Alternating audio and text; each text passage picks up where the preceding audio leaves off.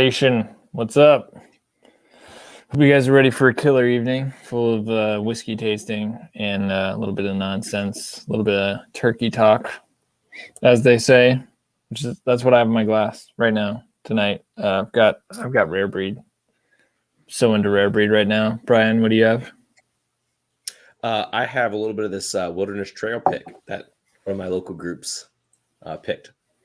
Nice. And what was the proof on that?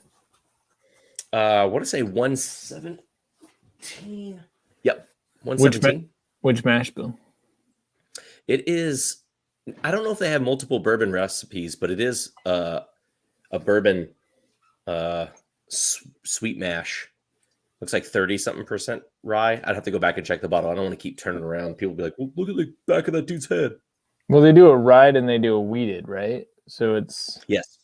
Okay, so it's got rye in it. Okay. Because the one I have is wheated, which I'll get to. Maybe I'll get to this sooner rather than later. But I wanted to talk about wild turkey first. Mainly because I'm so into it right now. Like, I'm just ridiculously into wild turkey. So into it? Yeah, well, it was weird. So, I mean, the background is... Well, I'll wait for a little more people to get on before I go into way a lot of detail. But wild turkey was never my profile. That funky, like licorice and rye and earth and, I mean, molasses. That the funky side of the spectrum was never really my jam. People talking about Heaven Hill being funky. I was like, okay, maybe, but not like wild turkey's funky. But recently I've been converting slowly. Not really converting on 101. 101 is fine. As if you guys watched my wild turkey video from a week and a half ago, then you know I'm fine on wild turkey 101, but I'm all up in the business of rare breed right now. I just think it delivers so much for its price point. And then the wild turkey, go ahead. I couldn't tell you the last time I had rare breed, if I even had rare breed bourbon. Are you serious? I had the rare breed rye. Wow. Just is this not calling to you from the shelf? I just haven't grabbed it. I just haven't grabbed it. Yeah. I mean, for the price point though, there's nothing to lose. That was kind of one of the points of my video was like, if you can get it for $40 to $50, it's legitimate barrel proof wild turkey blend of 6, 8, 12-year-old barrels. I mean, that's awesome. Pretty rad. Yeah, so we'll get more into wild turkey here in a minute. First Nation, hope you guys are having a swell evening. If you guys have, this is a free-flowing evening. We don't have a heavy agenda. So if you guys have topics, questions, just throw them at us. Funny story. Up, Matt Porter in the chat. I've got big screen. I'm looking at you in big. I wanted to see a lot of Brian tonight, so I had him big up on my screen. I didn't have the chat. There he is. Matt, the podcast went up today. So if you guys missed the live streaming with Matt, our boy, Matt Porter at ADHD Whiskey, you can go catch the edited, very clean, very awesome podcasts episode over at entryproofpodcast.com. If you enjoyed that evening and you wanted to go back and listen again, because maybe you're like us and you would do it, you would listen again, then go for it. Do it. That would be fun. I was going to say something funny. Oh, yes. Okay. I have a story to tell about YouTube monetization. I'll tell that in a second. Fred says, where are we at? Because we both moved. So we're both in different seats. Yeah. Well, the goal was, what is the deal with our internet? Because we were running good. We had like 3 live streams in a row that went smoothly. And then we had 2 that were bull crap where Brian was, cutting in and out. And so we both were like, screw this. So I moved a little bit closer to my modem. I'm like directly underneath my router, modem router. I'm directly next door. To yours. To mine. We both changed for you, squad. Yeah. For your ultimate viewing pleasure, which is really the only reason you're here anyway, is to see us. So. Obviously, that is definitely it. I mean more so like they're not listening to us necessarily. Like we're on YouTube. Like the video shouldn't suck. Guys, I just had a great idea. I think we should do a whiskey tube swimsuit calendar. Okay. Yeah. Yeah. I mean, I feel like Bourbon Junkie's in for sure. Matt, no doubt. He's got to be in for sure. Who else is doing well? We can get Perry from It's My Bourbon podcast. Is he doing anything on YouTube? I'm not sure. I think he maybe just He started. pops on with Chad and Sarah every so often. Yeah. So of course Chad and Sarah. We have to get a couple shot in there. And then Destination Bourbon, Hot Buttery Rolls, Dusty Dan, Bourbon Wrench, Trev used to show up in my streams, but I mean, he's a busy guy. He's in everybody's streams. So we'll see what we can do. I just felt like that was a stroke of genius and people would pay for that. You know, what else do you want in your bar besides, you know, a bunch of not terribly athletic, you know, north of 30 dudes not wearing a lot of clothes holding rare bottles of whiskey? That sounds, I mean, I the more I talk about it, the more I love this idea. Mm-hmm. The chat is not, they seem to just be letting it go. Well, let's give the chat something exciting to talk about. We are excited to think about. We mentioned this a little bit last stream, if you could hear me, but our bottles are in transit to Seal Box for purchase. Blake told me he should have them by Wednesday. I don't know what the duration of time looks like by the time he gets them till they're up and orderable and running. Again, the plan is that for those subscribed on Patreon, buy whatever. I don't know if there's a limit to Sealbox or whatever, but you guys get free reign on those bottles before they get opened up to non-Patreon members. And I don't know if there will be a separation of time between that versus like general public. I mean, I've got locals. I really have kept all of our stuff kind of quiet about. I'm in a Starlight group, and I know that they some of those dudes know some of the other barrel picks I've been on and know that we have some good barrels in general. And so I know that they're chomping at the bit to get some, but they are in. And the cognac rye that I picked, or that got purchased alongside of our barrels, they're going to pick that up tomorrow. And so I'll probably get a chance to grab some of those tomorrow as well. Yeah, I cannot wait to get the ones we picked in. You know, and I'm really just curious to revisit them after tasting them on site. So once it's up, we'll schedule a live stream, like, I don't know, 3 weeks out, so we can get people plenty of time to get it in hand, and then we'll do a live stream where we revisit and taste all together. That would be fun. So the other thing, not news so much, Brian, are your kids still up? Not a problem at all. But no, so interesting thing. Since setting up in this scenario, which this is like my dining room area, and I was like, this is going to be great. The video is going to look great. We just put these new shelves up today, squad. So I was super pumped about this. My cat, 2 minutes before the show, knocked my full glass of water right next to me all over the table. Talked to Drew about that. While the countdown was going on, the cat jumped onto the TV stand, knocked another glass of water. I hear it dripping onto the floor. I text my wife like there's water. I ran over there. I threw some towels down. I ran back over here with 6 seconds left to spare. And then my youngest son woke up. So wow. It's, you know, there are pros and cons to everything, right? And this setup just happens to be some of those things. Okay. Yeah. That's it. So yes, I have one still awake right now. William Wiley throws a good topic out here before we get into the wild turkey. Says he saw that there's two really TTB announcements we should discuss here first. Let's start with the one William threw out there, and that is that there's a Jack Daniel's 10-year, an age-stated Jack Daniel's product that seems to be coming. Don't know if it's going to be distillery only. I haven't read anything about it outside of the TTB thing, so I don't think Jack has announced it yet. But what are your thoughts on age-stated Jack? Does it get you hyped, or are you like, whatever? I mean, because I Well, was I'm whatever on the Jack Daniel's rye until everybody else was like, "No, I want that." No, I'm hyped about it, man.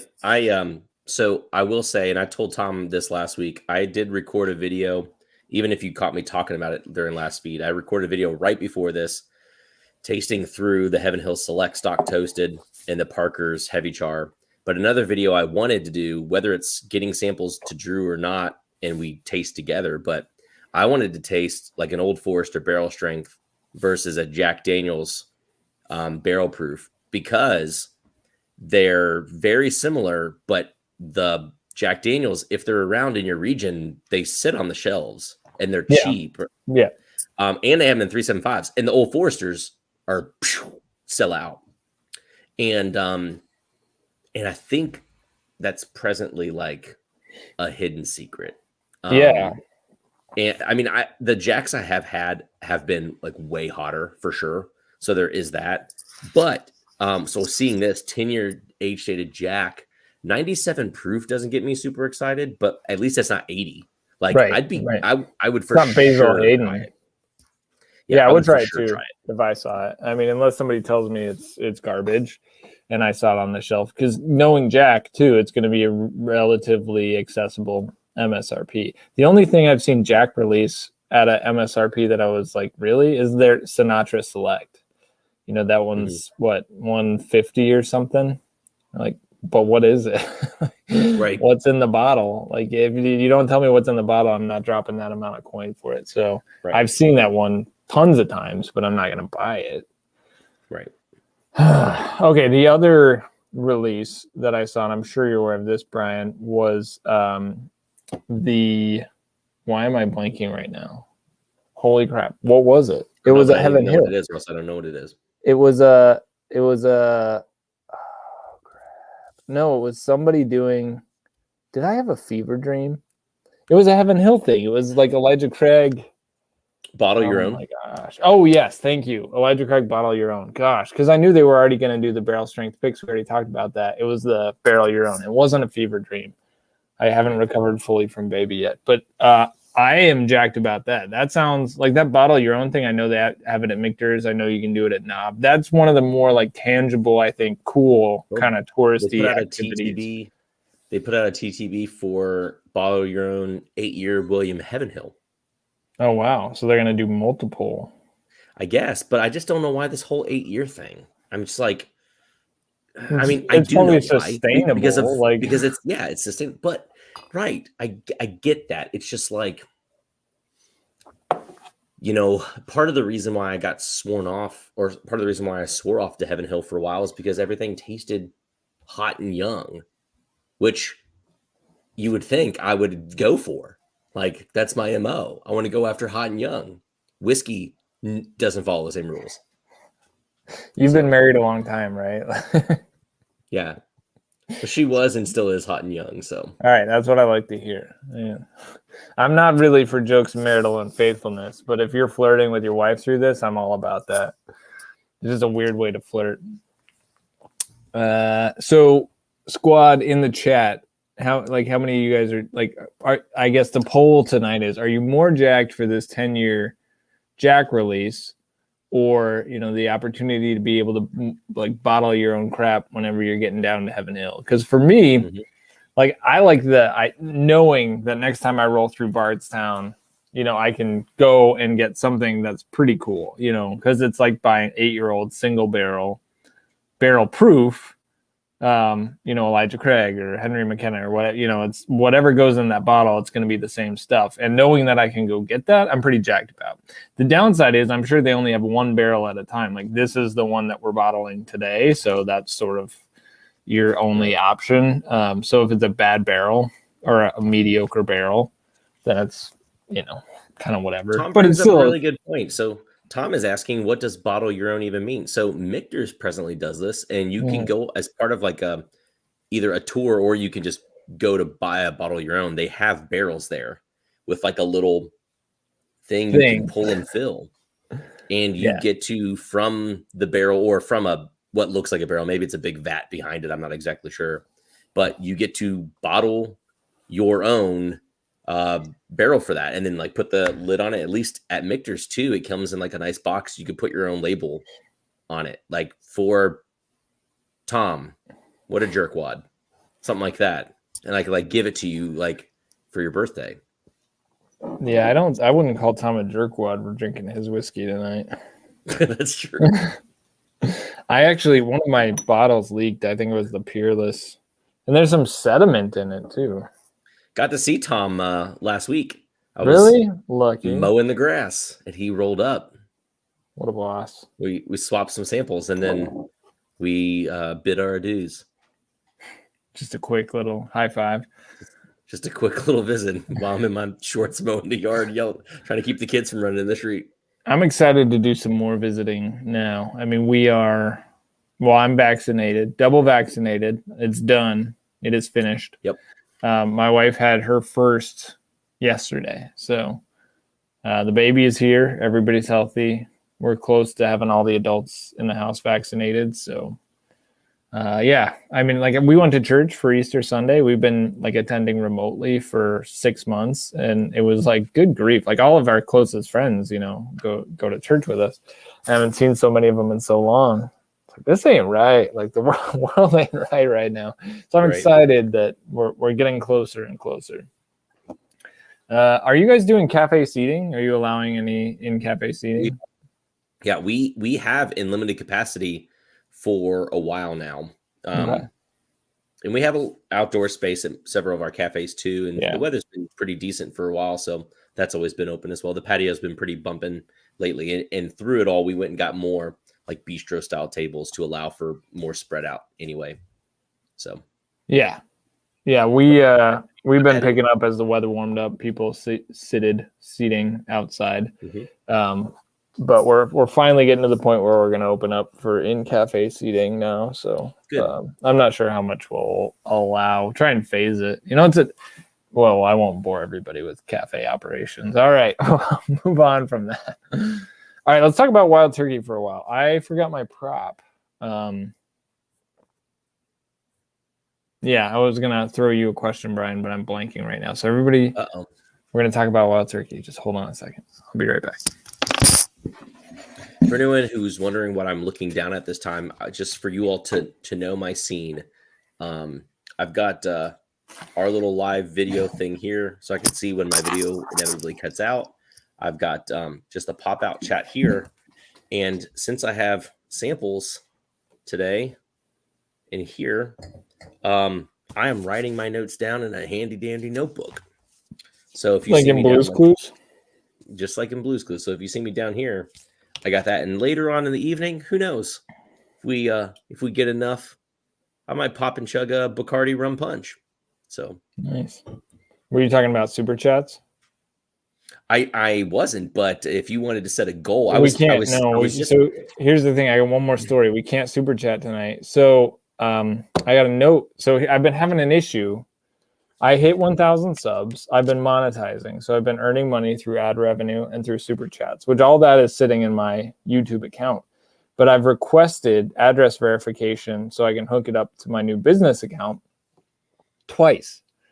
And like the PIN doesn't come. They send it to you in snail mail to verify your address. So you monetize. And it didn't work. And I was like, oh crap. And I requested again and it didn't work. And so now I've been through twice and they're like, well, actually, you're not going to earn any more money until you verify your address. So all the money's still in the account. Anything anybody super chatted still is going to, fund. Right now, it's all come out of my pocket, but it's going to fund the channel and whatnot. But it's just sitting in the account while I wait for Google to send me this thing. And they're like, it may be extra delayed because of COVID. I'm like, when am I going to get this thing? And then I checked after they shut it down and they said, then I found out that they had the wrong address the whole time.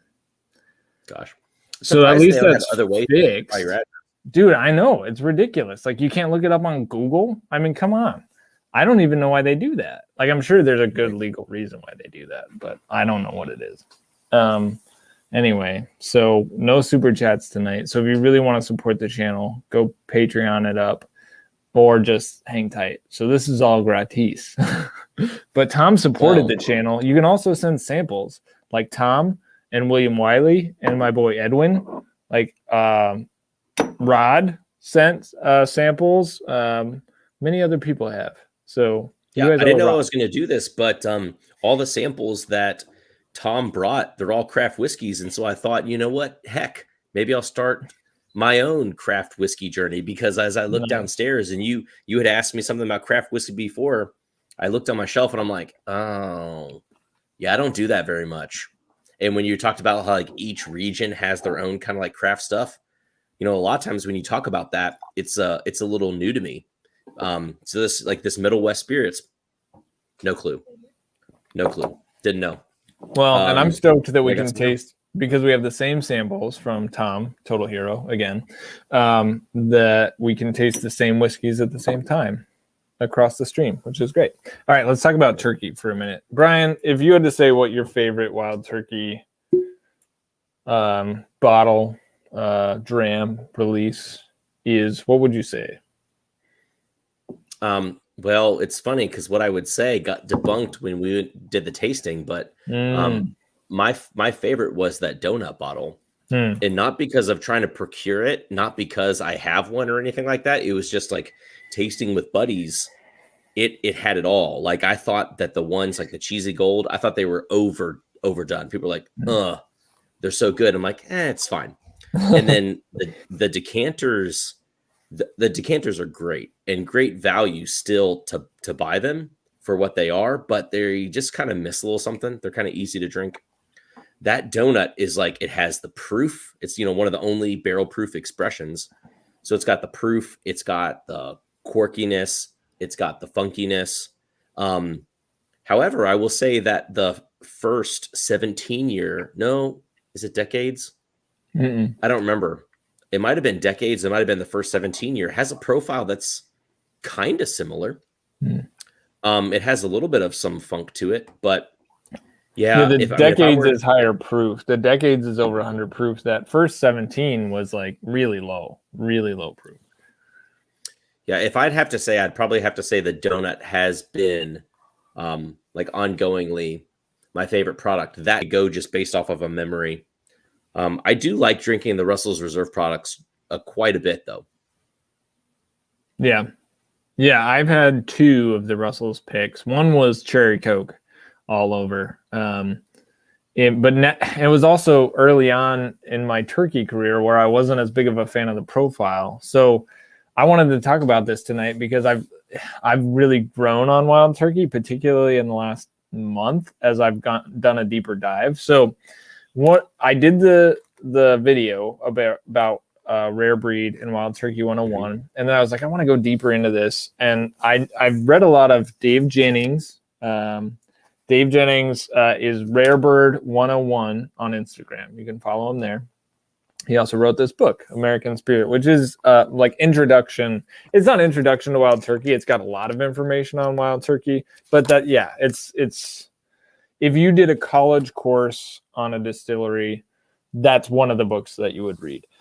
Now, what's unique about Dave's book is that there's not a lot of resources out there that go this deep on distilleries. It still feels a little bit introductory, but it's deeper than you can find anywhere else. So I really enjoyed that book. And then, I had a really awesome Kentucky Spirit single barrel.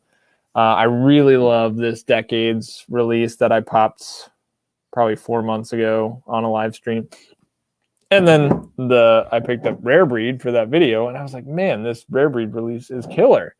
So I'm like all in on Wild Turkey right now. And I'm wanting to go out and find, particularly after the dusty tasting we did, the Wild Turkey 8, the old 8-year release, I thought was phenomenal. The cheesy gold foil, your bottle was, was fine. It was good, but that 8-year was deep, and I was like, give me more of that stuff. So, right. I mean, what are you guys in the chat? What Wild Turkey releases have you had that just blew you away?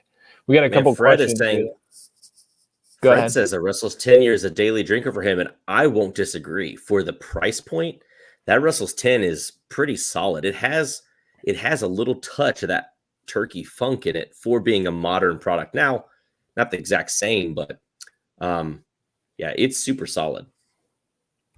Yeah. The Russell's lineup is I mean, it's they go out of their way to do due diligence in their barrel selection there. I mean, it's got the Russell name on it. You can't not. But then the rare breed, maybe a little less curation, big batches, but they still, particularly lately, have crushed it. The one that I've had a few of is the 116.8. That's what I have right here. Somebody asked, is $60, what kind of value is that for rare breed? I mean, it's not bad. I think I'm still a buy at that. It just depends on what else is on the shelf at the time. I got this one and I just bought a backup for 40. It's definitely a buy at 40. You should get it. I'll say a controversial statement though. When they released the 17-year bottled and bond last year, a lot of people were going nuts for it, and I was not a fan. I feel like I tried it about 7 different times, and I was not a fan. I feel like I've gone through almost like at least half a bottle's worth trying it on multiple occasions, but I still want to keep trying it. I want to try it again. I don't have it, but I want to try it again because I feel like I'm wrong because so many people liked it so much that I have to be wrong in this. But it just had this super weird, to me, medicinal weird thing, and not in the good medicinal turkey weird thing that they have, but a different one. So you tell me, Chad, if you got a chance to try the new 17-year bottled and bond from last year, Master's Keep, what did you think of that? What did you guys think of that? I heard a lot of people loved it, and so I wanted Matt it, loved but I it. never had a shot. Never had a shot at it. Matt was a big fan of it. I couldn't. I don't know. Yeah, quick. Vortex 1988 says all rare breed is 116.8. No, buddy.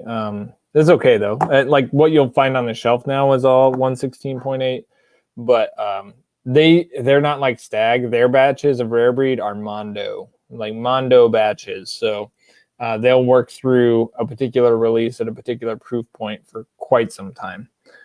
This is my bourbon actually through Perry. Thanks, man. The newest edition of it is 116.8, but prior it was 112, 108. I actually had one of the 108s as well. They've done a lot of releases over the years, but not as many as you would expect for how long it's been out. I think it was first released in 1991. So I feel like I need to link up with Perry some point in time. We're not too far away from each other. Well, he said in the chat last time I said, hey man, we should do a thing, and he said okay. So I know you were talking about we didn't get to you wanted to talk before last live stream, and we didn't talk after, but we should talk about another Kentucky visit because even my bar guy, I talked to him again this week too, and he was like, yeah dude, I'm still down to do a recording. We could get some bites, get some drinks, and do a recording with that. We could hit Perry up, swing by Lawrenceburg for roses or something like that, try and hit up Brent again. So cool. I know I will at least be rolling through there briefly in July. My brother is going to fly into Milwaukee, and then we're going down to play golf with my dad and my brother in Tennessee. And so my brother's flying into Milwaukee, and we're going to golf and drink our way through. It'll be awesome. But there'll be an evening there. So if we wanted to bang something out, I'm sure my brother will be down. Probably enjoy it, actually. Perry says, let's chat tomorrow. We need to set something up. Okay, we will. Can you just Instagram DM me, dog? And then we'll figure it out. It'll be rad. So another note related to like my genuflection on Wild Turkey and being all in is Dave and I have DM'd a little bit on Instagram. Dave Jennings, remember the author of the Rare Bird 101 blog. Tom, if you didn't already, can you throw the link into Rare Bird 101's blog? And the book, he's actually going to do a podcast with us. So we're going to record that on Saturday evening. We're not going to do that live, but then he will come back on. We'll do a live stream with him after the podcast is released. So we'll give everybody a chance to listen to the pod and then think of like questions you have for Dave. And then we'll do a live stream and just chat it up, talk Wild Turkey, stuff we didn't get into on the pod, recap the pod, etc. So excited, really excited about that. Dave is a really good guy, and he's been on a couple of the bourbon community roundtables with Bourbon Pursuit. So if you wanted to go pregame on Wild Turkey, that's a good way to do it. JCB says just picked up Master's Keep 1894. So happy to complete the vert. How'd you get that, dude? That's Australia only. Such a weird release. I heard that, and if you're ever not gonna drink one of them, I hear you're not supposed to drink the 1894. Yeah, Dave in the book said it wasn't very good. So relative to some of the others. I really love the Decades, though. I have Cornerstone and Revival as well. I have not opened those yet. But did you try either of those, Brian? Cornerstone or Revival? Revival, I might have, but I don't remember. Cornerstone, I did, and I liked it. I just don't quite remember. I thought I remember it being like a little drying, but not in a negative way. Just it's a rye, you know. It was a drying rye. I just stopped my rye phase. I still drink them on occasion. I just don't drink them as much as I did when Cornerstone released. So, cheers, Perry. Thanks for speaking in for a bit. I've been big into the ryes. I have way more ryes open now than I've ever had. And I mean that Michter's, trying to think, I've got the Michter's 10 rye, the barrel strength, and the toasted barrel strength. I think I have the complete releases, except for the standard rye, which I may have. Except for the standard 25-year. Oh, no, they never released a 25-year rye, did they? I think so. Nah. Anyway, I don't think I'm ever going to get that. But I enjoy the Michter's stuff. Last week's video, I talked about their candied ginger note, like it's so pronounced. Do you get that? Would you say you get that in the Michter's Rise? I'd have to revisit it to see. Okay. I don't think I've put ginger as a note, but you know, now that you got it in my head. Yeah, I had never done it, but I was stuck on these products because it's like, man, these all have this note. What is it? Because I was just like struggling to dial it in. That's probably as close as I could get. Tom says he's going long on rye to the moon. I don't know. I mean, I like rye. It's a good mood whiskey for me, but bourbon is what I always go to. Just that's what I love. You know, Scotch, same thing. It's a mood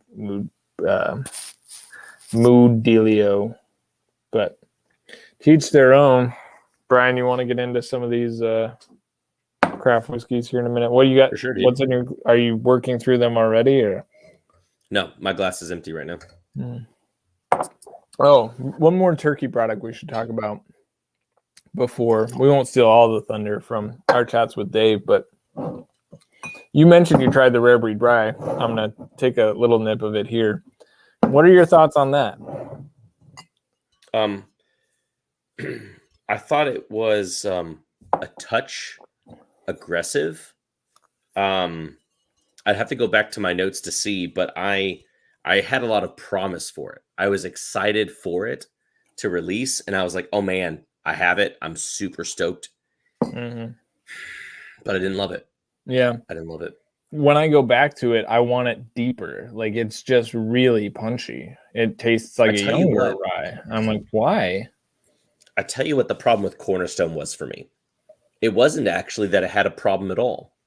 It's that if you were to put the Cornerstone rye up against the Russell's single barrel ryes, which I don't think they presently do anymore. You can get them around here. I know that. Not picks, but yeah, I'm talking about like I think I'm talking about the picks, the higher proof. Yeah, no, you can get the higher proof single barrel, not the 6-year standard, but you can get the higher proof, just not in. There aren't any store picks of it around here. Well, I don't know what I'm talking about. All I know is when I put Cornerstone in a blind, they each had pros and cons, but neither was better than the other. Interesting. And so it's like, well, how do I justify this single barrel Russell's rye? Like, how do I justify the Cornerstone when for just as much, you know, the other one could be better? I'd have to go back and see specifically what else. I thought it was something that I couldn't find on the shelf. I want to do more videos that are where you pour a bunch of very similar whiskeys. So I want to do one where I take like every Elijah Craig that I have, like old barrel proof, new barrel proof, old small batch, new small batch, old 12-year, the toasted, the 18, and line them all up, have my wife pour them so it's blind, and then try and pick which one is which, out of like 6 to 8 whiskeys. And it'd be interesting to do that. I know Elijah Craig lineup better than I know Wild Turkey, but trying to do that with the Wild Turkey Ryes, like 101, Cornerstone, Rare Breed, 6-year, and then higher proof single barrel. That just sounds like a lot of fun to me. I don't know if people would want to watch that. Try to figure it out, but it'd be a fun experience. You could sell that experience for a lot of money. I know that. That's right. Yeah. So this punchy lime and dill for sure. I just wanted more oak out of it, given that the Rare Breed is 6, 8, 12. Like it's got some older whiskey in there. It seems like the Rare Breed rye is only like 4 to 6 or something. It's just not really batting with a high average. That said, it's still good. It's just not special. And given that this was, I'm not going to dump this back in. Given that this came with a $60 to $70 price tag, you wanted it to at least be a little special. Mm-hmm. What would you go if you were going to the store to get a rye for your friend who likes whiskey? You want to get them a good rye, but you're not going to, give them an old Willett family estate rye. What are you going to pick up off the shelf that's readily available there in Kentucky to give to your friend? I mean, what level is my friend? I mean, Rittenhouse is a great all-around rye. I mean, that you like, that you would be like, no, this is a really good rye. Because Rittenhouse is fine. It's fine. I would go Pikesville before I'd go Rittenhouse. I think it's worth the extra money. You're more than twice paying for it. Yeah. And I don't know if I'd more than twice pay for a Pikesville over a Rittenhouse. Pikesville's like $50. Yeah, and Rittenhouse is $23. Yeah, I do think Pikesville is more than twice. I'd have to do it side by side. I might eat those words right now, but yeah, if I were to go grab a rye, I mean, probably presently I'd grab, which doesn't do me any favors because it's pricey from what we're talking about, but like that new Nashville Barrel Company small batch. I see that on the shelves around here. How much? But I also don't. I honestly don't know. It's like $60. Oh, that's not that bad. It's all relative. Yeah. I don't know, man. The Russell's rye is pretty solid too. Yeah. Mojo Basin Bourbon. He's said a few things in here. He says his favorite rye is Jack Daniel's 2020 rye. Lol. A lot of people's favorite rye. I feel like, what's that this year? He said, I've had some number 5 JD Master Distiller earlier. It's incredible. I don't know what that is. Number 5 Jack Daniel's? Is that so they did that like distiller release? Is that what that is? I don't know what you're talking about, man. But he also said Old Forester rye is one of his favorite dailies. Yeah, I can't do the Old Forester rye. Can't do it. It's wacky to me. I mean, to be honest, maybe a Starlight rye. They're relatively inexpensive and they're like barrel strength and stuff. A lot of people are doing them. I don't know. I don't know that I'd have a rye that I would necessarily go grab for somebody that's not like I said, Rittenhouse. I'd have to go look at the shelves. I don't even know what I've just grabbed so many bourbons off the shelf. I don't know what a rye shelf even looks like presently. Well, it's right next to the bourbon one. Vortex says Knob Creek cast strength rye is pretty awesome. I tend to agree with you. I think that's Vortex where I would right go. Too. Wilderness Trail has been putting out some solid ryes lately too. I've not had it. I don't think. Yeah, I have a blind that I haven't gotten to, but I don't think I've had Wilderness Trail. Yeah, I was gonna say one thing that I likely would not go to, but yet we do have Peerless. All right, A little expensive. that's a great segue. Let's pour it first. Peerless. Let's do it. Rye. So, again, thank you to Tom Lynch, TFL Dad on Instagram, Salt of the Earth.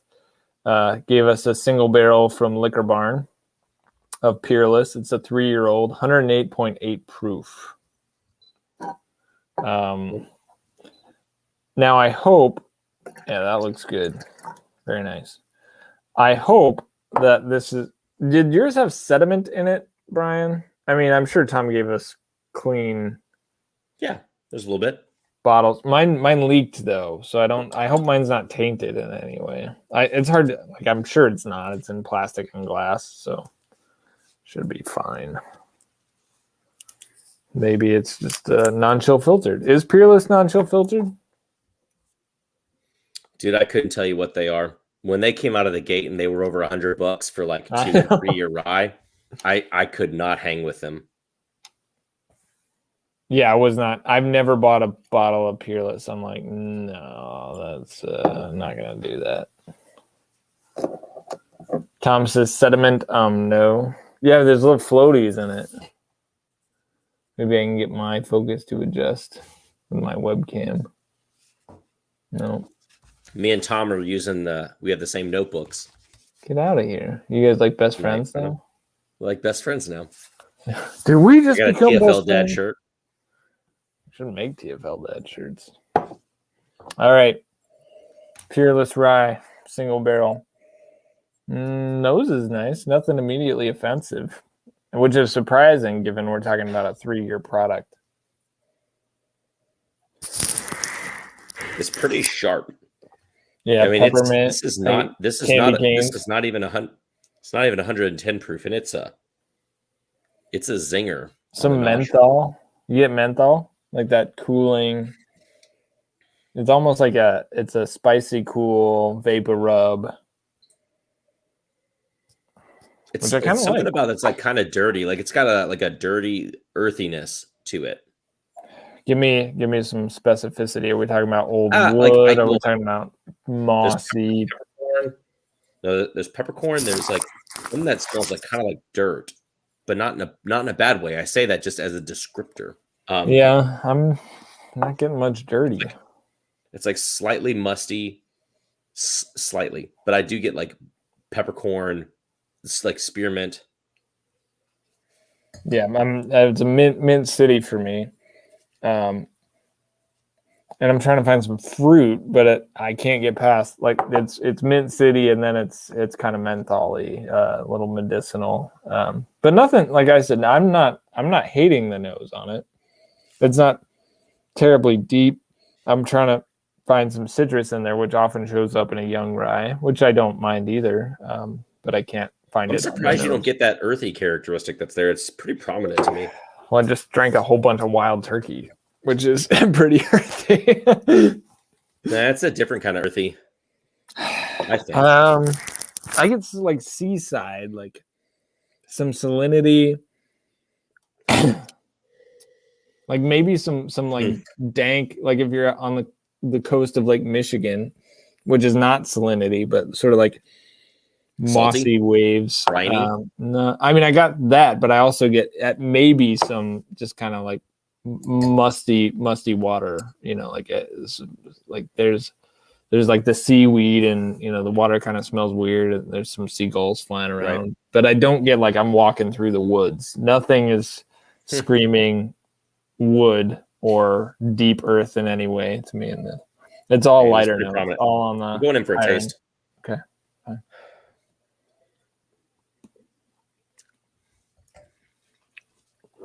Pretty sweet. Surprisingly sweet, given what I was smelling. There are things happening in my mouth. I get like blood orange. The finish is I mean it's vapor rubbing. I can come back to that. Like mouthwash, like very minty mouthwash slash vapor rub. Very interesting mouthfeel after you swallow. It kind of reminds me of sweet tarts. Okay. Yeah, I'm definitely here for that. Yeah. But not only in the profile of like tart and a little bit sweet, but it almost like in the mouth, it almost tastes as if you've already chewed it up, and it's like slightly granular. Yeah. It obviously isn't granular. It's pretty clean and clear, but it gives the mouthfeel as if I'm drinking something chalky. that's slightly more, a little bit. Yeah. That sweet tarts, I think that's a great tasting note for this. Let's see if I can pull something else out.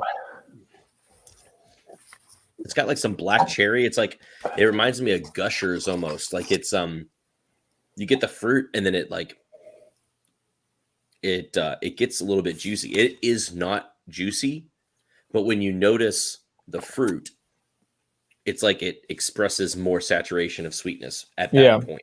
Yeah, I do think it's very fruity, which is really surprising given that I wanted to find it in the nose and I could not. It's really solid. It's pretty good. I like it a lot. The nose left a lot to be desired, but it's easy. Honestly, it's pretty unique.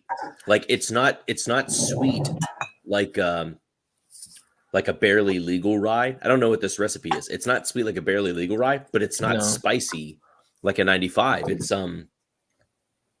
It's interesting. Yeah, let me Google the Peerless Rye Mash Bill here.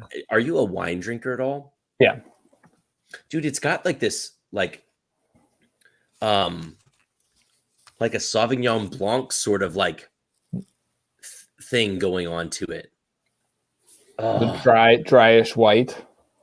Yeah, but with a good weight on the palate. That when you think about it that way, that's pretty nice. Do you get that? I see what you're referring to. I think it's very the tactile sensations are reminiscent of the Sauvignon Blanc.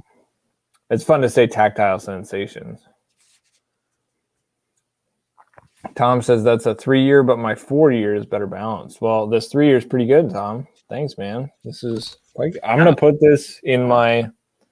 This is gonna earn a slot of reassessment, so I should probably dump the rest back in because I'm gonna need to reassess this. So far, my craft whiskey journey is pretty good. It's pretty good. I need to send you some of the rough ones I had, man. Goodness. Yeah, there are a few that will stick out to me that anybody's like, hey, man, you want to try some Bower Hill? Or, hey, man, you want to try some Garrison Brothers? Like, no, I do not. I've been there. I've done that. I won't be hurt again. All right, now we got 3 Middle West. So Middle West, Tom sent me a single barrel, or the Miquelon Reserve, which is a wheated bourbon, let's start with that one. So Tom had sent me one that is currently sitting on my shelf as one of the best craft whiskeys I've had so far. And here is another one. Is this... So I assume this is a different barrel, Tom, than what you sent me before? I can go check, but he sent us barrel 0393. I really liked this. So I'm excited to try another one. You know what? I'm going to go get that one, and I'm going to bring my stemmed glassware back. So if you're going to use a stem, I'm going to use a stem. We're going to go full stem here. I'm not going to lie. I love this. I love nosing with this glass for sure. Maybe it's because I don't have to put it as I feel like I'm holding it so far away that it feels special.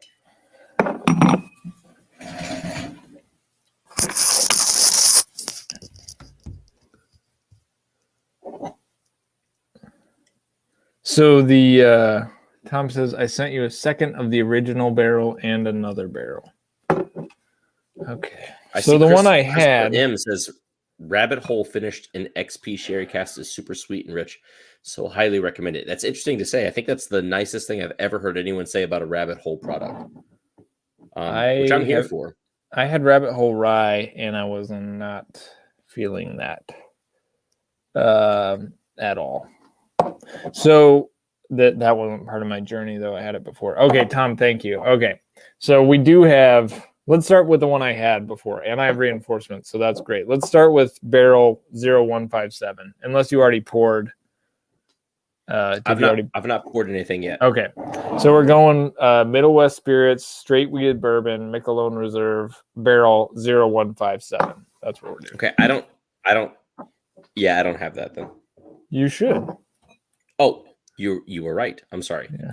So he sent us 2 of those. It didn't say the Michelob Reserve. Got it. All right. So you can tell. Well, I'll taste it again, and then I have to decide if I still like it. And it's always good to have a second palate to throw some interesting tidbits. I'm just gonna go here.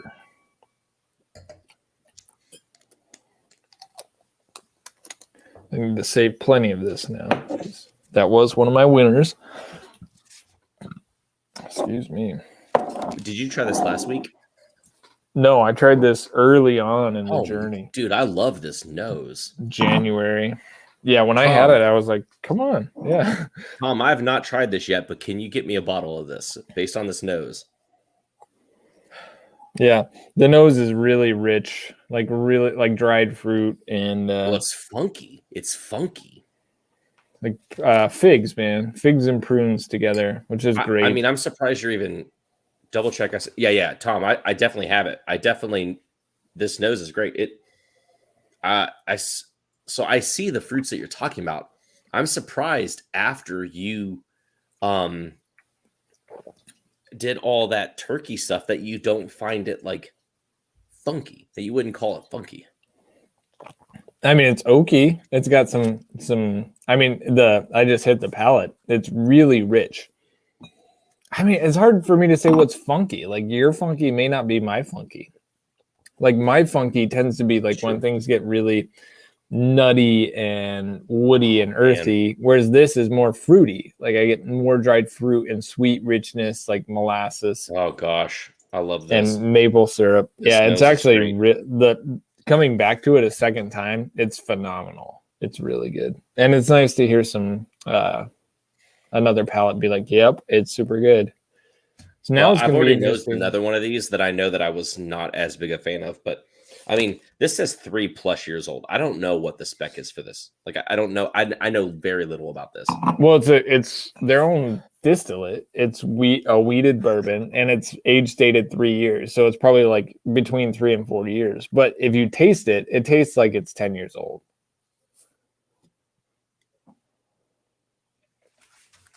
Tom says he thinks it's 4, though, which is still super young.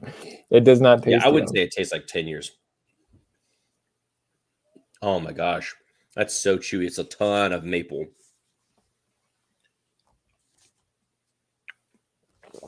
Yeah, I can just drink this all night. So wait, what's the story of this? Is this an acquirable bottle?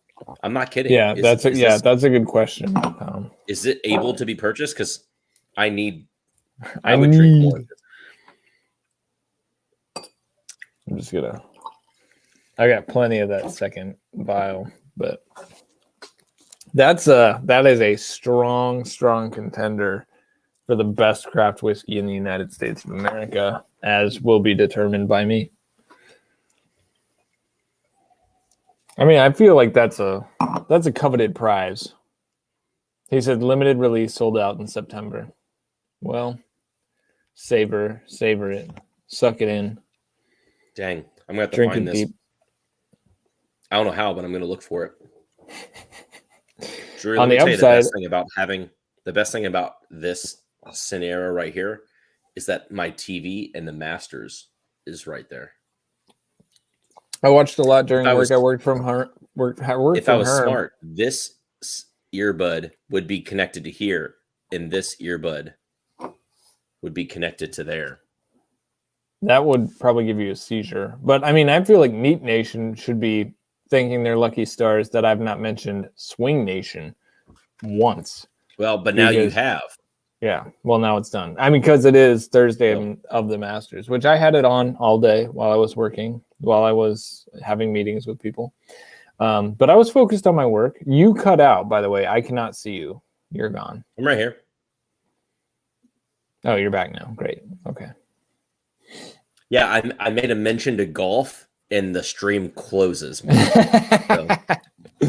All right, so just for the people jumping on right now, we're tasting a few craft whiskeys in this Middle West Spirits. If you have a chance to get a single barrel, don't sleep on it. But we have two other single barrels. We have a straight wheat whiskey, and we have another single barrel of the Miquelon Reserve that we're going to try. And I feel like I'm going to pour this other Miquelon Reserve barrel next to the one we have right now, Brian, so I can taste them side by side. Because I want to see how it holds up from barrel to barrel, this particular release. Drew, I'm not kidding. So far, I'm trying the best craft whiskeys. Craft whiskey is awesome. Yeah, that's true. Yeah. Consider me a craft whiskey fan. Some of the best who I've had all year long. You've had those. Tom, I didn't realize you drank good whiskey. I mean, let's talk more, man. This is awesome. All right. So I'm sorry, did you say that I should be pouring this 0393? Okay. Yes. So we're going to taste this side by side and pick which one is better, 0393 or whatever the other, 0157. Okay, so I need a different. Yeah, so this is helpful. Like, I can't pick two of the same release for, my best craft whiskey. So we'll just narrow it down to one of these. But I've not tried this. Whoa. So, basically the same proof, too. 0157 was 123.6 proof. 0393 is 124.2 proof. Eric Sawyer says #Swing Nation. Yes. So Eric, yeah, we got to get out again, man. Eric, I went and played Brown Deer again on a Tuesday morning, before I went back to work. Yeah, I think I shot 96 when we were out. I shot 84. I had 2 birdies. I was on a par 5 and 2. So I shot 40 on the back 9. It was awesome. I really got it together. Tom says he hates you. The nose on this one is not as rich. We had the honey barrel of honey barrels in the. Now this is like first one. It is rich, but it's rich it's in lighter. It's like a paint kind of way. Yeah, no, I think that's a good note. It's what is it? Not Chef Boyardee. What's the paint brand with the boy? Pet Boys? No, that's the car place. Yeah, definitely not Pet Fancy Boys. Feast. What is it? What are the paint brands? You're getting there. Yeah, also slightly earthy. What is the paint brand with the boy? What's that called? Eric said it was weather that day. It was cold as balls when Eric and I went out and played. Nice course in our area. Great course, though. Really enjoyed that course. That's why I went out and played that course again, because I'm like, Dutch boy. Popskull said Ditke. I think autocorrect got him, but Dutch boy. That's correct. It smells like Dutch boy. Bit more youthful on the nose. Yeah. I mean, it's not offensive. It's not super chemical, but paint is for sure there. And then it's hard to get the sweet, weediness that came through in the other barrel. It just doesn't have a lot going on. It smells like a young but not super young. Doesn't have the bready note.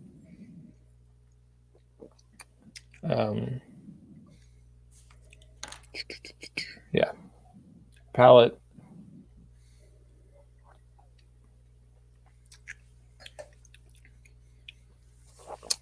Reminiscent of, if I think you dumped Weller 107 2 years early, that's what this would taste like.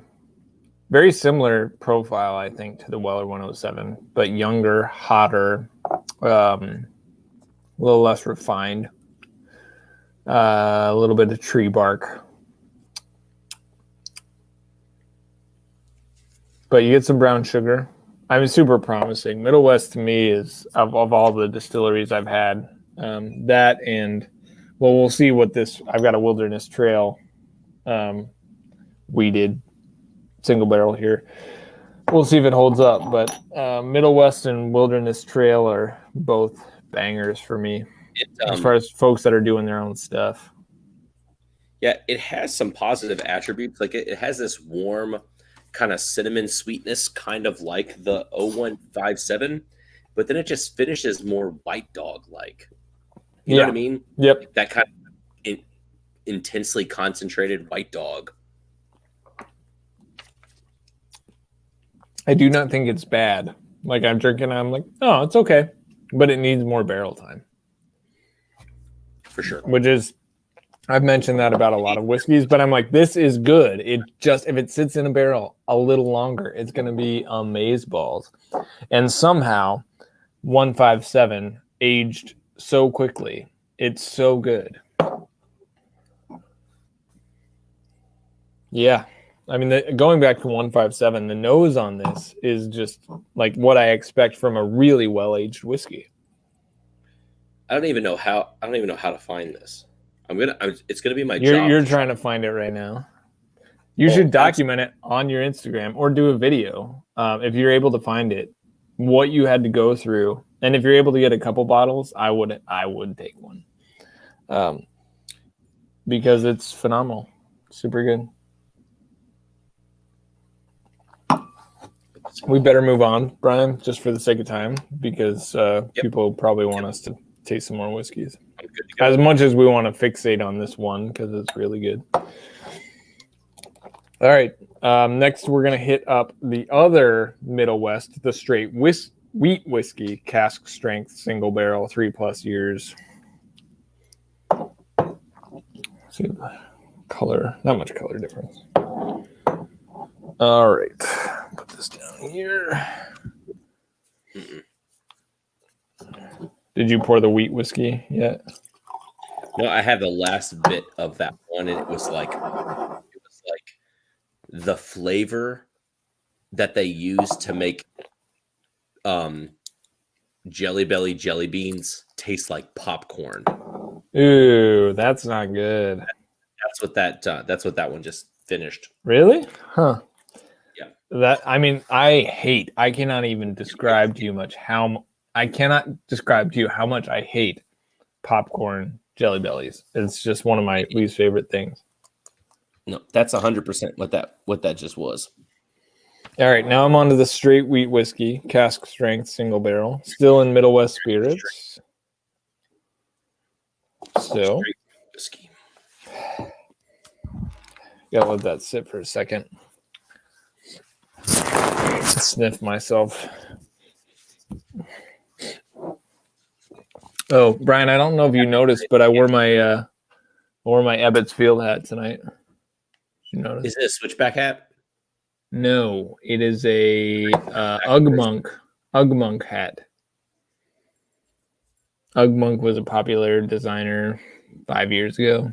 No, maybe more than that. I'm old. I forget how old I am. Maybe 10 years ago. But I had two Ebbets Field hats and lost one of them. I had one with a P on it because of Pond. The P and the Drew P. There's not much on this nose. I'm struggling. I mean, there's the youthful effervescence, I've called it. Not bready, but the white dog. It's got some elegance to it. Elegance in what way? Are you getting like perfume florals or? I just have to be consistent. So it's not all unlike like a Buffalo Trace, like a Blanton's or something like that, where I would say like elegant spice. But it's got an unbridled alcohol that those things don't have. Yeah, it does not have fruitiness, but the elegant spice, like it's I don't know. There is not a lot there. You're correct. Tom's giving me crap about the stickers on my brims. So don't know what the hat is, but at least the sticker on the brim ain't causing any seizures. Whatever. You're right. Those are reflective, but it's got a cool bird on it. So I was like, it's a cool sticker, so I'm gonna leave it on there. Yeah, gotta pull some stuff out of this. The nose is not yielding much. I do think you're right that Buffalo Trace is probably adjacent. You know, when you smell honey, it doesn't. convey a whole lot in the olfactory glands, but if I were to say this smells like a sweetness giver offer, it would be more in the honey family, not super deep. And so it's got like, I would say elegant spice. I would say it's almost got like bell pepper and a little bit of earthiness, but it's a thin nose, so everything is very restricted. Yeah, I get more licorice. So sometimes the White Dog underaged whiskey can give this kind of, the anise kind of spice. Yeah, it is licorice to me.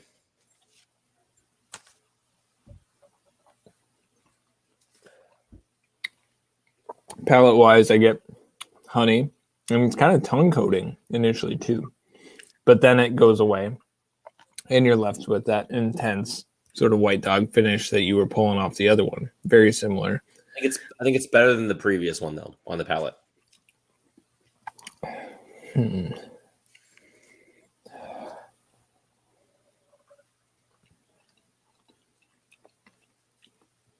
I get more richness off this one. The finish is very comparable to the other one for me. It's almost worse actually on the finish, but I get way more sweetness up front in the brown sugar maple syrup category that I like.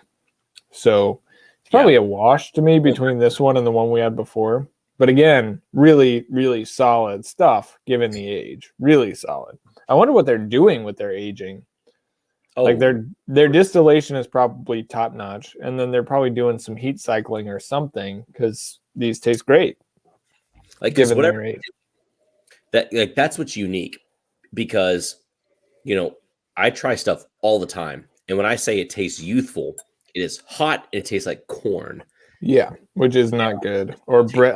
I say fresh baked bread, but not in a good way. This doesn't taste bready, nor does it taste corny, nor does it taste hot. It tastes rich. It just tastes young, like White Dog. So it's just different than other spirits I've tried. Solid stuff, Tom.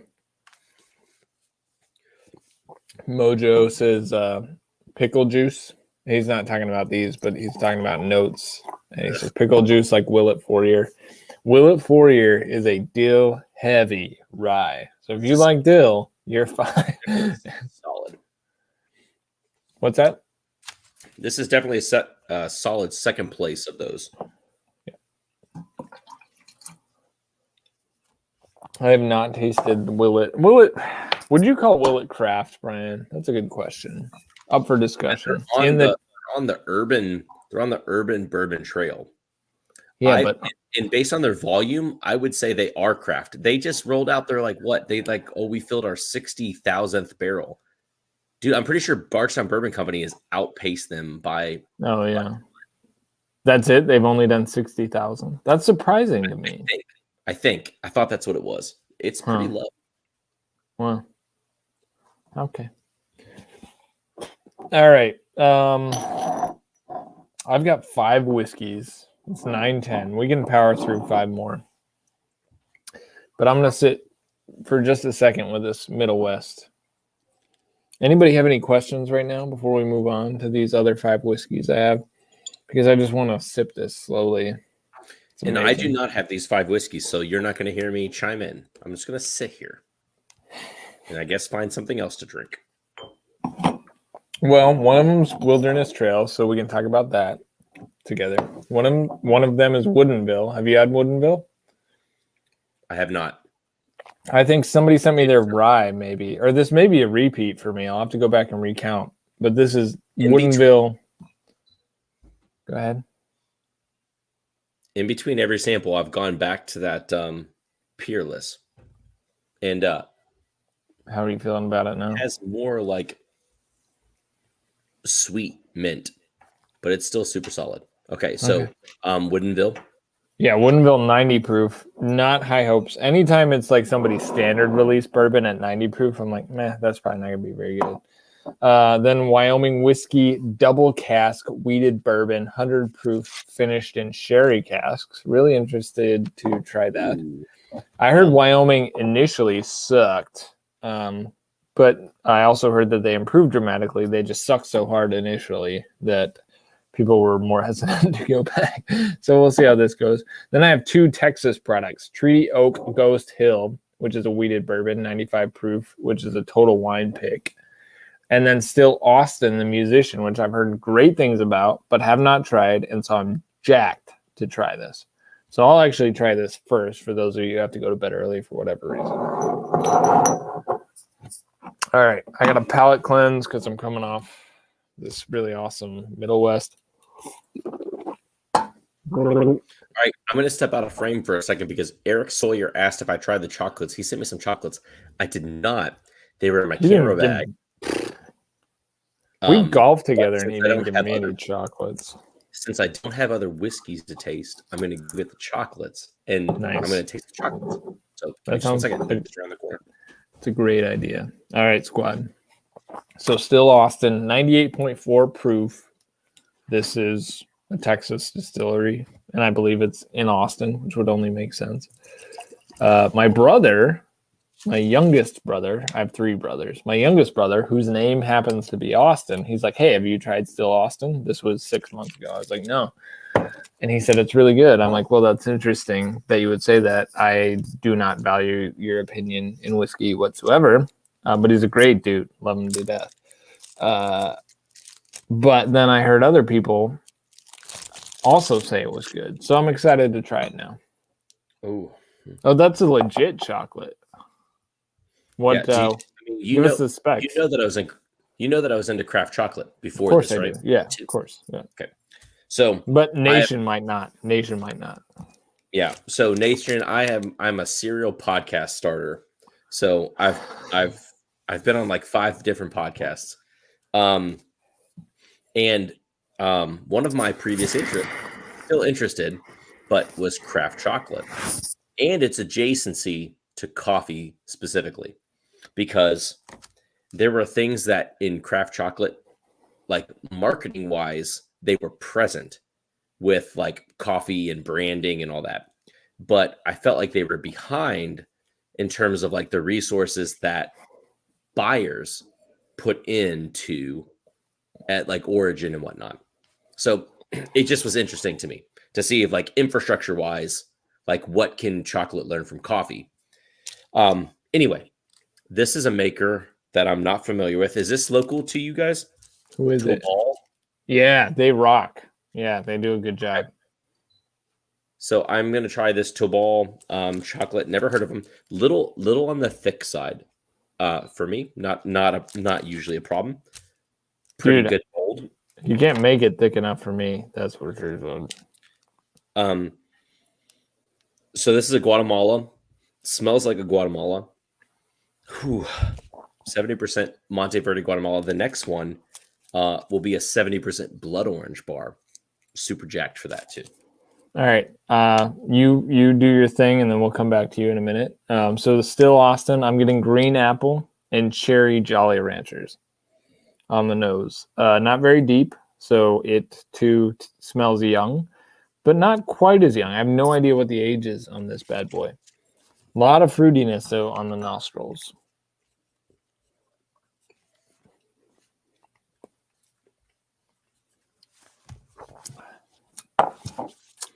The palate is interesting. Not bad. Not as good as the crap we were just drinking from Middle West. It's reminiscent of like the MGP style of distilling. So I'm going to imagine this is a high rye. It's a straight bourbon.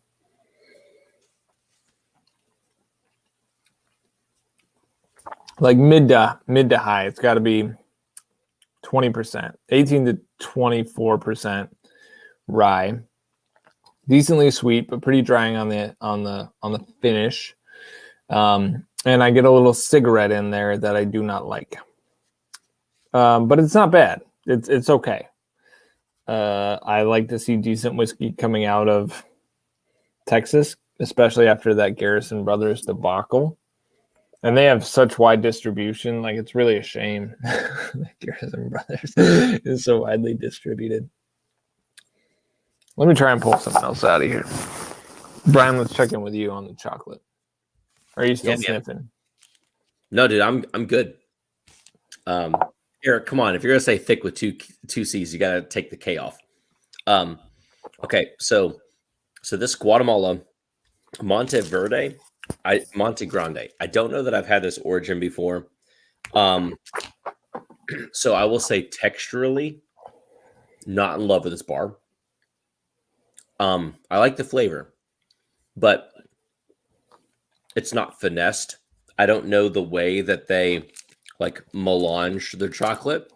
I don't know how they refine their chocolate, but it even as you chew it, it's slightly granular.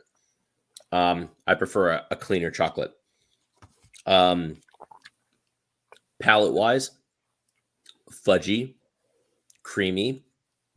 It looks like they say a flavor note of raspberry for the chocolate. It's pretty clearly fig.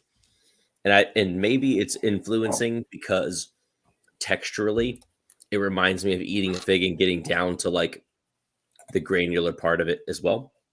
But I'm throwing Tom off. People are like, I came here for whiskey and this dude's talking about chocolate. Yeah, so I was just thinking about that actually. In contrast to like the bourbon junkies, you know, they're smoking cigars and they're really, you know, shooting the and then you come over to the Droopy Whiskey channel and we're talking about melange and stickers on hats. It's definitely the metrosexual whiskey channel. It's whatever, dude. Down in my speakeasy, I have hidden chocolate all over the place. That sounds awesome. Yeah, dude, chocolate is, if you guys are not into really high quality chocolate, you should be, because it is unbelievably good. Like, you might like a Hershey's bar, and so high quality chocolate is an acquired taste, like specialty coffee, like drinking coffee black, because it's got some bitter notes, but bitter does not mean bad. We know this from IPAs. And we know it from whiskey too, because there are some delicious bitter notes in whiskey. But man, a really good chocolate is pretty good. What was the best chocolate you ever had, Brian? What's the best chocolate I ever had? Yeah, if you like, this bar from this chocolatier blew me away. By the way, I have nothing else to say about Still Austin. It's fine. It's just okay. That's a tough question because I haven't thought about it in a while. There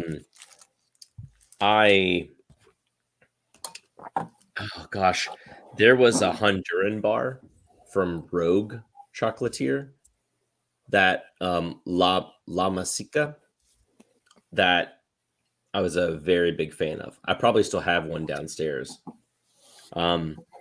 Delicious bar. I was a big fan of it. I don't know. Aside from that, there have been a lot that I like. The problem with a lot of the chocolatiers that I really enjoyed is they all stopped making chocolate. What? Really? Yeah, for various reasons. One of them, they moved from California to Tennessee. They were a stone. They're not a stone's throw away. They were several hours away. I got to go visit them at the chocolate place that they opened there a few times. They were close to family there, but I don't know what it was that wasn't sustainable. They, I guess, were moving back, and so they closed up shop. Rogue was a very small operation, and just seemed like he kept running into problem after problem after problem. Huh. Patrick Chocolate, he was getting his like doctorate degree or something. He was going back to school, and so he just didn't have as much time. He might still be making, but I thought it hadn't been open in a while. So he's just focusing on like other stuff than chocolate for a while. But some of these people who make the best chocolate, I think they make the best chocolate because they know what it takes to make the best chocolate. They also realize that isn't sustainable.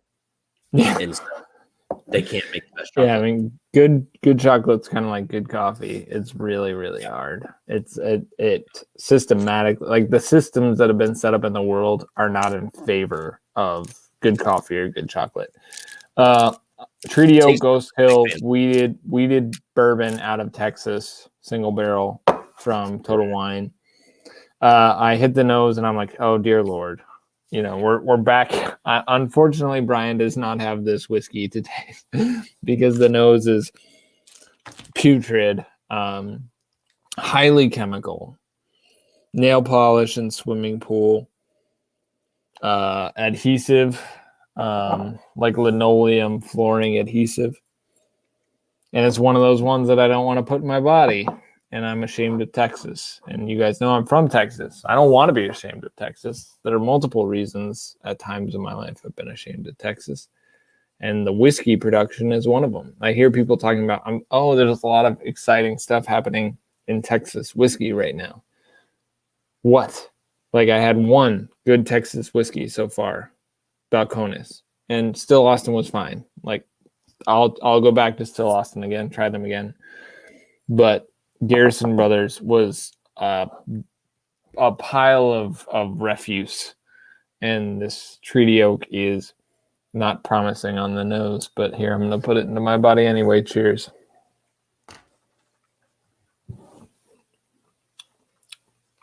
I get more rubber. I'm surprised by the rubber.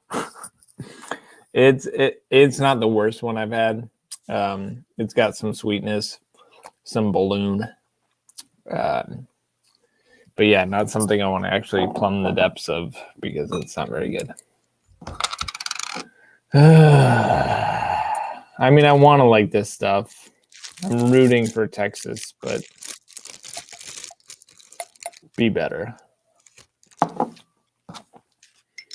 Did you get multiple bars, Brian? Yeah. So the second one I got was a blood orange bar. So this one is with vanilla bean and added orange oil. This one texturally is better. And then I'm just a sucker for the orange infused chocolates. So Patrick, I'm with you. Makes several. Yeah.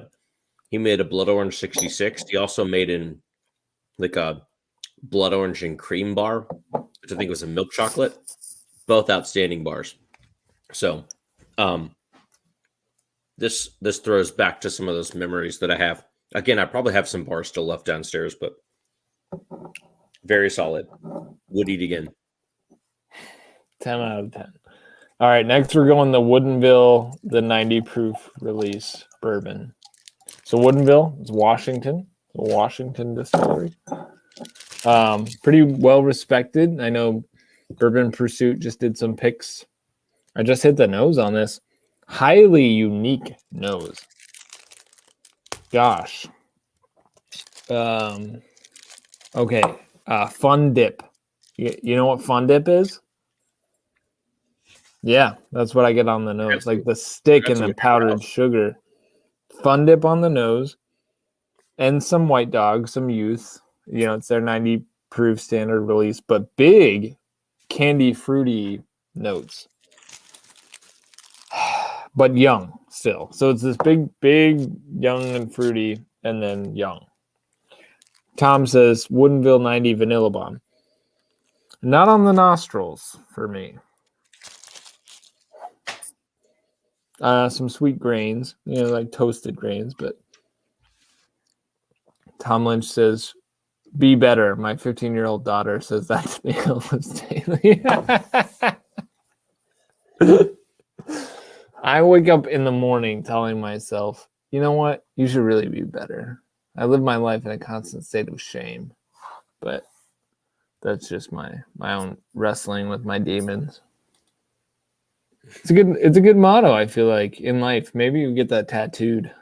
We'll get a Drew P. Whiskey tattoo we can all get together that just says be better. Oh, jeez. All right, let's hit the...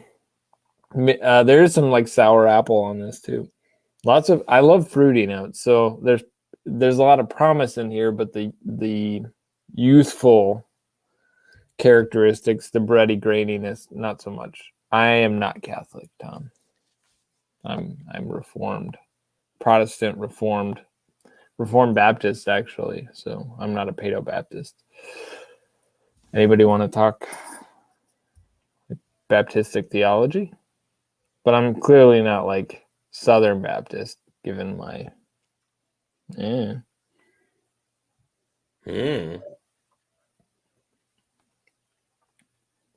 The grains come through. There's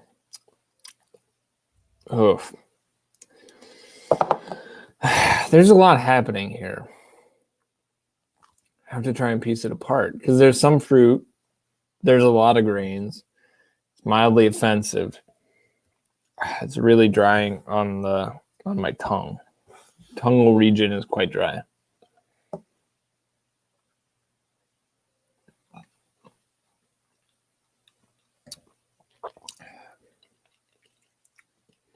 Okay, so it is grapey. It's very sweet. It is drying. It's raw corn, young distillate. I mean, this to me is not surprising at all. It's really well made, but it's just way too young. It shouldn't be released yet. Really interesting flavors, though. Like, I feel like Woodenville, if they were to release a 6 to 8 year old product, or if they were to do some single barrels, they might have some really interesting total bangers, given the heavy fruitiness of this whiskey. So, I'm not going to rule out Woodenville whatsoever, but the 90 proof standard release straight bourbon, I'm not going to buy one. It's not awful. It's more youthful than the Still Austin, but it has more promise, I think, than the Still Austin.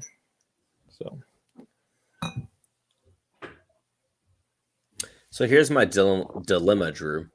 I'm trying to figure out. I've put the chocolate away. Okay. I've had a little bit of water, so I'm trying to figure out if I want to pour my glass with some more whiskey, or if I just want to crack open the rum punch. You might as well, because we're going to wrap it up. I've got 2 whiskeys left, and then, I have no idea how the night's going to go with my 3-week-old, so we'll probably shut it down early tonight. It doesn't sound like I'm going to do anything then. That's incredibly boring. What a terrible answer. I'm saying you should do the punch. I said do that now. Why would I open it if we're just going to jump off the chat in like 10 minutes? I have 2 whiskeys. I can drag this out as long as I need to. Chat, what should I do? Should I pour a whiskey? You should do the rum punch. That was my clear vote. I said do the rum punch. Tom says shotgun it. Shotgun it. Well, yes. I'm not going to shotgun it. I might chug it, but I'm not going to shotgun it. The problem is, why would you not? Drew is not necessarily a fan of the chugging. No, not normally, but I'd like to see you do it. I am a fan of the chugging. So, but I need to know, I want to know if the chat wants me to. If they don't care, then, I'll just keep drinking water. Hydrate or dihydrate, as a idol of mine would say. Jojo Dancer says, sent you a DM, Drew, on the Instagram. Hold on. Checking my message requests, which they're loading. They're not loading. So, hold on. They're not loading. Instagram is broken, but Kyle says do it. Do the chug. Kyle would. Kyle, I'm glad you're here, man. The vote is do it. Shotgun old school. Dude, these dudes are wanting a shotgun. I don't have a screwdriver or a knife. Think about it. It's Thursday night. It's Thursday night, and you're watching a couple metrosexuals drink whiskey on YouTube, and you're like, what am I doing? I need to see somebody chug some alcohol. So let's do it. I'm gonna get this Wilderness Trail weeded bourbon 100 proof single barrel bottled and bond ready to go. And you invited this, Brian. I don't know what you're worked up about. Sure. How about? I do actually see that I have a pair of scissors at the other end of this table. So there's that. So I think I had a Wilderness single barrel cask strength weeded bourbon, and I really liked it. I thought it was good. It's not in my top. So coming into this, I have marginal hopes. When I finish this assessment, then you can do the chug. Then we'll hit this final one from Wyoming Whiskey. Yeah, that's funny. A lot of grain on the nose, more than I expected from Wilderness Trail. Like I expected more from Wilderness Trail. This is so young smelling, so corny. Which, I mean, it's a weeded bourbon, so there's weed in there, but you wouldn't know it from the nose because the corn is so pronounced. I'm disappointed. I'm like a parent whose child. Before you retracted it. What? Whiskey Wiggle was telling me to like take my shirt off and chug it out loud to all the kids can hear or something. But he took it away. But I saw it. It's fine. It's 9:30 at night. Anything's gonna go at this point. Eric McFarland says periodically massage your arm afterwards and you'll be fine. I don't even know what that means. I was homeschooled though, so. What does that even mean? What does being homeschooled even do to that? I mean, I'm saying that I bring a level of naivete to chugging. So I'm just not well versed in the world of the chug. Jeepers, this is it's almost frustrating. Like I get a little frustrated at the reputation that some distilleries have. Brian, I think your camera died, dude. Yeah, I don't know what it just did. Look, that's what a weird icon. Yeah. It has a start cam button. It kicked me off cam. There's a banner across my stop cam. Whatever. Figure it out. I don't think StreamYard wants me to talk about golf, and I don't think StreamYard wants me to chug. Oh, okay. So the chug had nothing to do with the arm thing. Eric says someone in chat mentioned arm pain after getting the vaccine. Dude, same. When I got the first round of the vaccine, not with an N, not with an M. When I got the first round of the vaccine, my arm hurt like crazy. The second one, I was fine. I got the Pfizer though. So first round, arm hurt real bad. Second round, no symptoms whatsoever. Sorry guys, it's hard for me to keep up with the chat while I'm sniffing bad whiskey. Yeah, all the notes are off-putting. If I wanted to, I could be nice and find something redeemable, but if I did, it'd be no, I got nothing.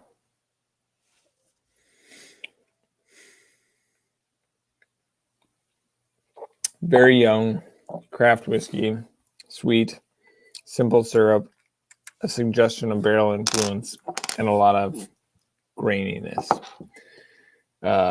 This is awful. It's not the worst, but it's not very good.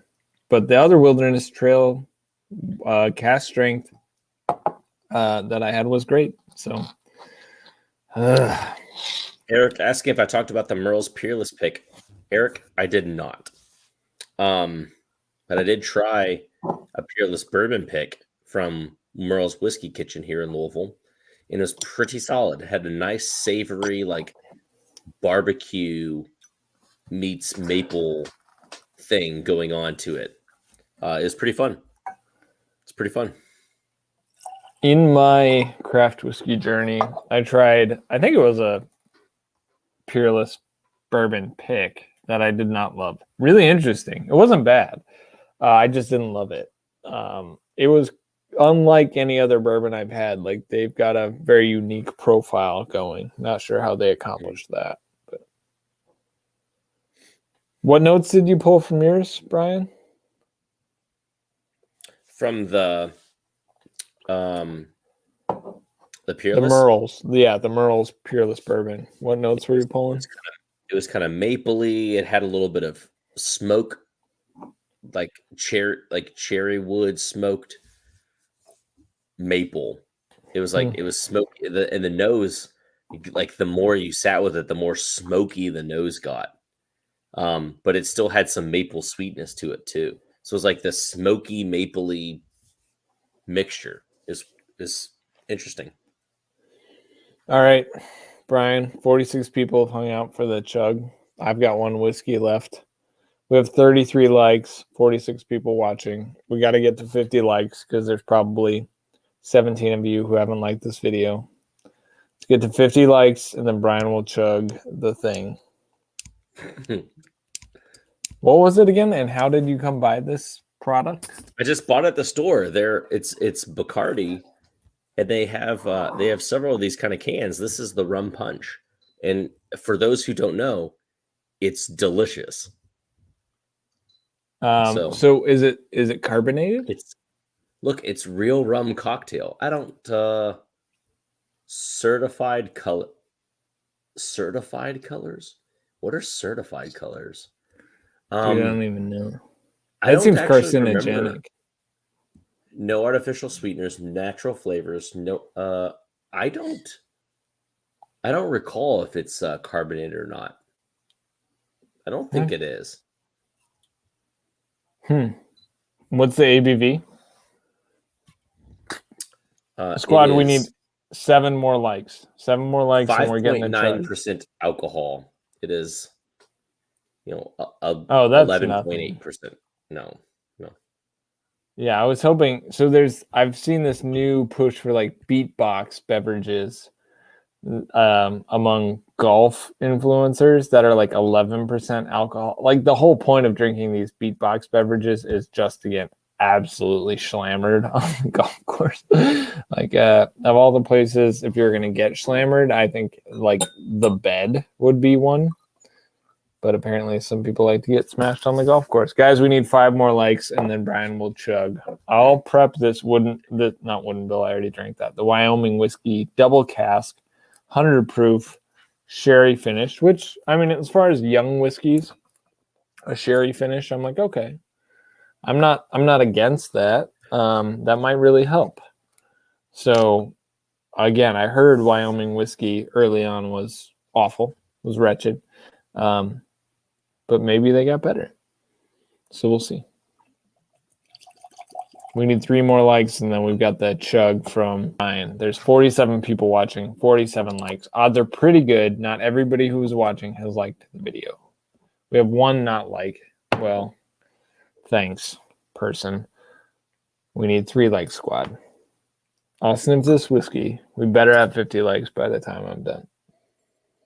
Not bad on the nose.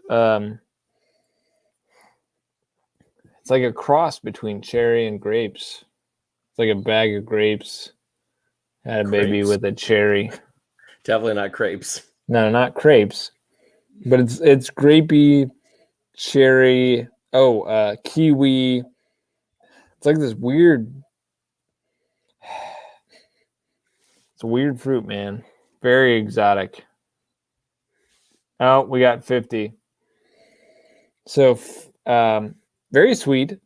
It's got some barrel influence. Spent some time in a barrel. It did spend time in 2 casks. We have no idea how long this was aged for, but the influence of the red fruity fortified wine, sherry, definitely evident on the nose. I'm intrigued to go to the palate, but we will wait to dive deeper into this Wyoming Whiskey sherry finished double barrel bourbon, wheated bourbon, until Brian shotguns this whatever it is you shotgun have.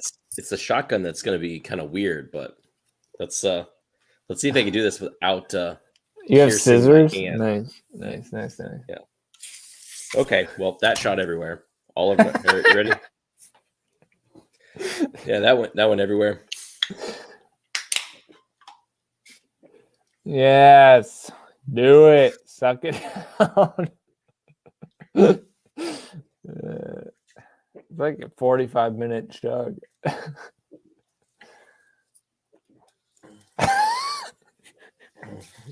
How long is this going to take? It took forever. What a small can. Look at the hole I had to go through, though. I didn't make a very big hole. What a doofus. What a doofus. That's amazing. Dude, I'm not going to lie. It looks like a rum punch murder scene right now. All over you. because when I first poked it, I mean, it's all over the computer and everything. Oh no. But either way, I will say it still stands. It is a delicious drink. You all should try it. Dude, I'm not against seltzers, fruity alcoholic It's not beverages. a seltzer. It's a rum. It's a cocktail in a can. Dude, It looks like a seltzer.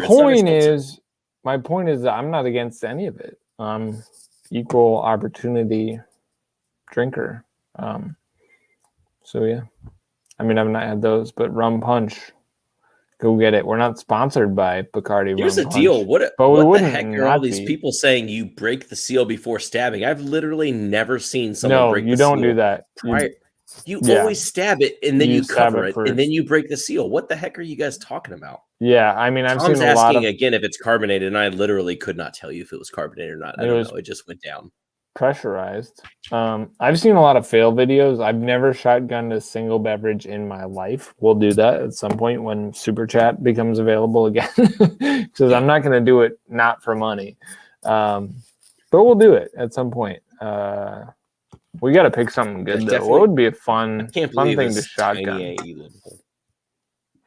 Yeah, you should have popped that thing deeper. Like that was probably the issue. All I know is it's very syrupy, and so I'm got sticky rum punch all over my arms. It was worth it though. Whatever. We got 50 likes. We're stuck at 50 though. That was it. That was all we could get. All right, let's taste the Wyoming. Now the 50 downvotes come in. You suck. What's this? Look at it. Why'd I watch an hour and a half of this metrosexual chugging rum runners? Sorry, Kids squad. Ebbets Field hats. We work in coffee. We are who we are. Are we your classic bourbon duo? Probably not.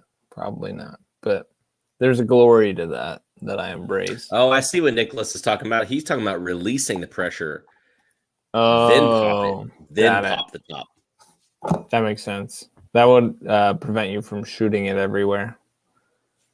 Brian Polar said keys make a big hole. Also bottle openers. Nope. Stab, candle lips, pop the tab, and chug. Yeah. Whatever. Sounds. But maybe you give it a little pressure release, then you whatever. This all right. 0157 is delicious. I need it. Let me tell you what. Coming after a rum punch, it's fantastic. I would expect the opposite. No, if you thought that the maple sweetness that I had was good before, oaky and maple sweetness, imagine it with like a peachy rum flavor mixed in. Ugh. I don't know. Maybe it's. Hey, what's the status on the glasses, dude? It's almost glasses time, right? Next month, yeah. They'll be ready. I just had a baby. We will have dank tasters, and what I can commit to, because I should commit to it.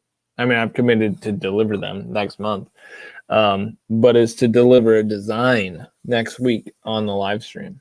I can definitely commit to that. Let me make myself a note. Yeah, I can definitely do that. But I need to put it in my work list. Neat taster designs. Order these! Exclamation point. All right. So the Wyoming whiskey we did finished in sherry. Not bad at all. A very redeemable, like we're turning up after the letdown that was both Wilderness Trail and Woodenville, and Treaty Hill. Nose is fine. Kind of young. But the sherry, oh man, brings a lot to the party. So it feels like they were starting with a decent, young, wheated bourbon. And then whatever sherry casks they got were awesome. And what we end with is a solid dram. I wouldn't balk if I had a bottle. If the bottle cost more than $40, I probably wouldn't buy it. But if I'm like walking through the store and they're like, hey, you want to try to sample this? I'm like, sure, I'm never going to say no. And then I was like, oh, that's pretty good. Fine. It's a craft distillery. I'll support the distillery. I'll pay the $40 for this sherry finished wheated bourbon. And it's pretty decent. Pretty decent. Trying to pull notes out. No. It's just too late for that. Been through too many tonight. But it's good. I appreciate the Wyoming whiskey double cast wheated bourbon finished in sherry, which is probably that double cask, the second cask. Solid stuff. So derailing from whiskey quickly to talk about internet. So we've done this whole stream, and I feel like it's been pretty successful. Very, very smooth. Yeah. But one of the things that Drew and I talked about prior to jumping on here is that we both hadn't communicated with one another and set up a new scene closer to our own routers. So the problem is we don't actually know what the problem has been to know like what to do in the future. There's a decent chance that the problem was me, because like either I had my in-laws here. I asked them. There's a very good possibility of that. Like that's a variable. I asked my in-laws, hey, can you turn off your internet? And they said they did. And then my mom and my sister were here, and I asked them, hey, can you turn off your internet? And they said they did. I did not visually verify. Were you back at work this week, or is it next week? No, I started today. Today was my first full day back. I kind of ramped up all week, though. So, yeah. But I was entirely remote today. I didn't go in. So, okay. Which is good, because my poor wife, like my mom went home this morning. So today was the first day without help. And it was my first full day at work back at work. Tom, I hope you know they don't even make computers that have Ethernet ports anymore, dude. Yeah, dude. I mean, my MacBook Air does not have an Ethernet port. This computer couldn't even connect to an Ethernet port. So, sorry, dude. Wish I could. Technology. New computers, new terrible PCs. We jump on terrible PCs, but we're on terrible MacBooks that don't run Ethernet. So we'll get there. One step at a time. Next step is our podcast with Dave Jennings from Rarebird 101. Great guy. We're interviewing him Saturday. So you guys look forward to that podcast episode. It'll go up whenever we get it up. So stay tuned. And then we've got Blake from Bourboner on the heels of that. Bourboner / Sealbox. We still got to get that scheduled. But now that we've, worked a couple barrel picks with him, we hope that will come very, very soon. We just have to coordinate it. Looking forward to that, squad. Thanks for tuning in tonight and hanging out with us for a little bit. This craft whiskey journey has been a bit of a trip. What am I up to now? Like 50. That was, I think I'm 54. I don't think I hit 55. I think I'm at 54 now, which feels like a lot. It feels I'm like at 1, 2, 3, 4. I'm at 5, squad. Yeah. So 55 feels like a lot. But what I love is that, like, oh, okay, now I have a much better understanding for what's out there. And so when I'm actually looking at the shelf, I go, okay, I've had that one. I know what that tastes like. And then when people ask me, hey, is this good? I can tell them, well, here's what I had. Here's my perspective on it. Not that it's right. It's just a perspective. So definitely worth doing. And yeah, I mean, Brian, in terms of anything you want to try, I've got, half bottles of a lot of stuff that I can probably drop off at your place next time I'm down there. If you want to come on board, try and get to 100. You've only got 9 months left. That's right. All right, nation. Again, thanks for hanging out. Stay tuned to the channel on Monday. Oh, I had a topic, but I'm blanking on it. What was it? Oh, dang.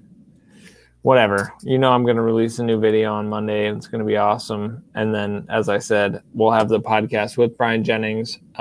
all about Wild Turkey and his journey in bourbon coming up very Right. soon. And then what? Dave Brian Jennings. Dude, it's at the end. Do you know how many whiskeys I had tonight? I'm sorry. You know what I'm talking about. Anyway, the point is, goodbye. Love you all. We'll see you soon.